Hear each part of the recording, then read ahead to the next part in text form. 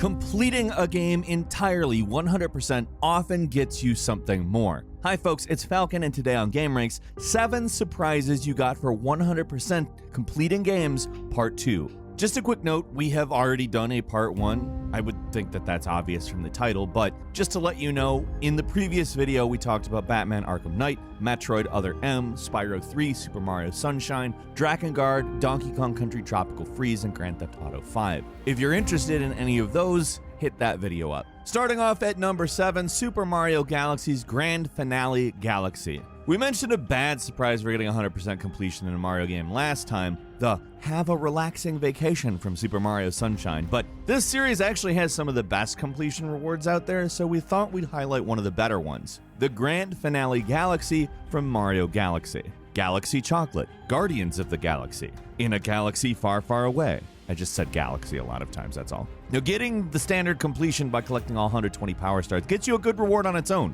Luigi, who plays like his classic Mario 2 version where he jumps higher and slides a little more. So to get the final star, number 121, you have to collect all 120 power stars again as Luigi. Do that and you unlock the Grand Finale Galaxy. Unlike some other Mario games, this isn't some crazy challenge, you just need to wander around and collect 100 purple coins. It's basically an excuse to talk to all the returning characters hanging around, making this sort of a victory lap, where you get to talk to all the characters from the game and see everyone hanging around Toad Town. It's pretty simple to describe, but the music combined with the atmosphere just leaves you with this really satisfied, good feeling. I mean, it better though, you have to 100% the game twice.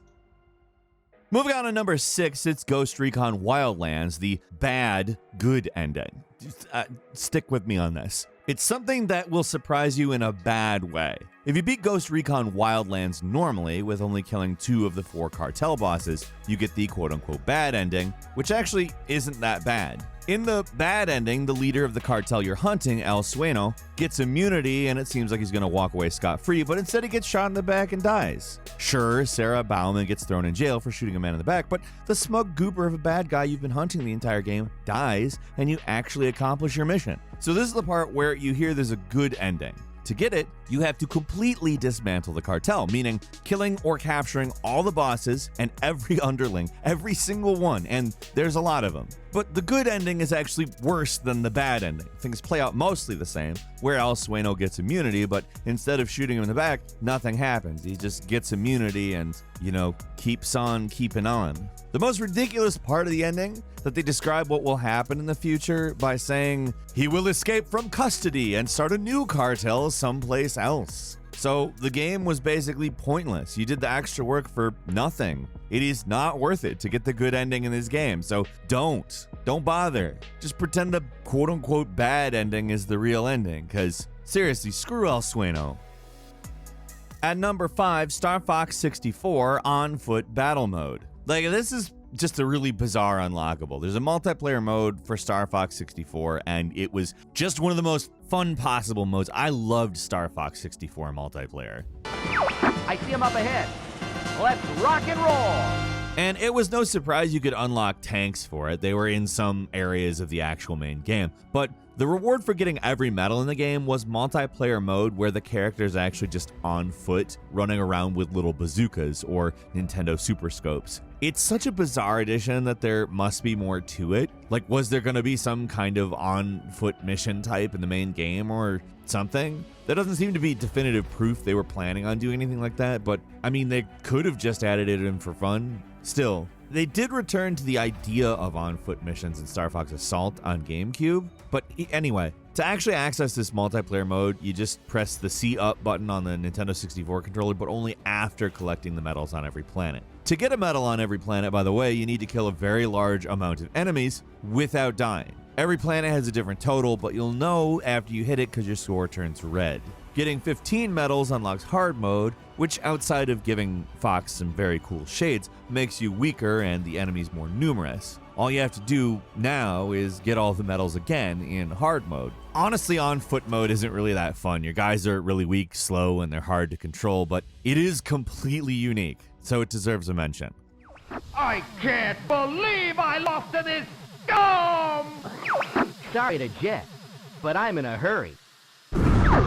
At number 4 is Final Fantasy X-2's Titus Lives Easter egg. This is a secret ending you get for 100% completion, and it stands out because it's pretty important if you're a fan of Final Fantasy X and its sequel, and because it's insanely hard to get as well. Seriously, just trying to get a straight answer on what exactly you have to do to 100% complete this game is hard in and of itself. Some of the requirements are just absurd. If you pick the wrong option in a choice that doesn't matter, you won't get 100% completion. If you miss one of the many time-sensitive and easily missable quests, you're out. Even if you just skip a cutscene, that means you don't get 100%. While looking up information, I found a guy on Reddit who had tried 3 separate times to totally 100% the game on his first playthrough and failed every time. And this is while closely following a guide that explains exactly what you're supposed to do. I mean, it's hard to pull off. The secret ending you unlock is interesting though, at least. In it, we see Titus and Yuna in Zanarkand, implying that Titus is alive again after the events of the first game, somehow. I mean, it's never really explained, and at this point it probably won't be, but hey, the main character for Final Fantasy X is alive, so there's that. Is it worth it? Well, if you're super into the story of Final Fantasy X, it provides a little closure, but it is a massive ordeal. At number 3 is Sonic Adventure 2 Battle, unlocking a 3D version of Green Hill Zone. Like, alright, this is just cool, at least for the time. Like, if you got 180 emblems, which is not an easy thing to do, you unlock the first level of the original Sonic in Sonic Adventure 2. It is not the prettiest. These awkward waterfall texture things in the background are but it's a pretty accurate recreation of a classic stage in a 3D Sonic game. It's got all the classic enemies, the iconic music, and it is fun to play. Like, it's not that novel now that we've got games like Sonic Generations, where there's a version of Green Hill Zone that you can play in several different Sonic styles. But the completion reward is probably one of the better ones I've seen. Getting all of the 180 emblems is like a massive pain though. You have to beat every mission with every character multiple times under different conditions and finish every single Chow minigame, which means that you have to go all in on the Chow raising section of the game, which on its own is super bizarre and time consuming. So you get all those emblems, a new spot on the map appears, and that's where you can select Green Hill Zone. It is a huge pain, but a new level is always awesome as far as completion rewards go, in my opinion. At number 2 is Diddy Kong Racing, where, alright, you finish all the races, you fly into a big open pig mouth at the center of the island, and you beat this ridiculously hard race against Whizpig. That's the end. Game finished, right? Nope.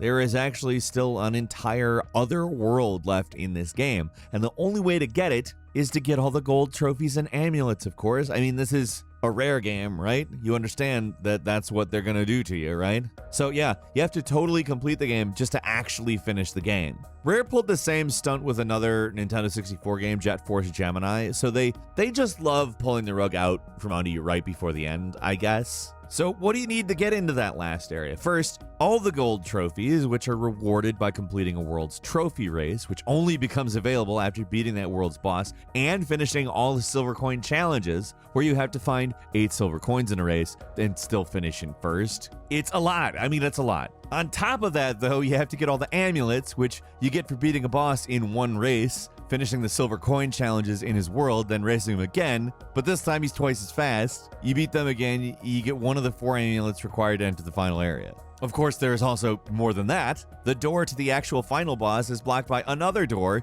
that can only be opened by finishing all the challenge stages and getting all the gold balloons in the entire game. Oh yeah, and to unlock a challenge stage, you need to find a secret key hidden somewhere in each world. So good luck at actually finishing this game. Good luck is all I have to say to you.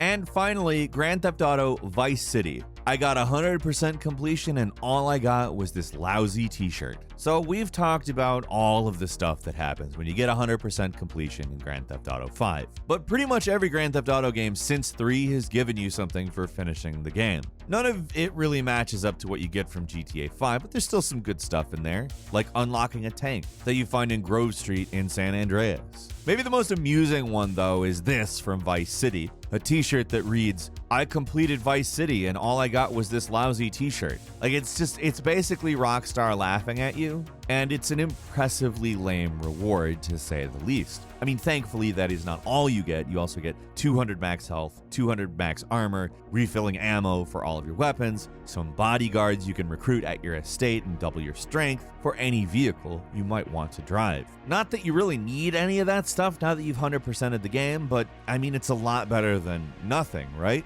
You can wreak a lot of havoc with that. Still, you've got the t-shirt proof that you totally finished the game, so you can go around and impress all the NPCs around Vice City with your gaming skills, because those guys care about stuff beyond whatever path they were designed to walk around on, for sure.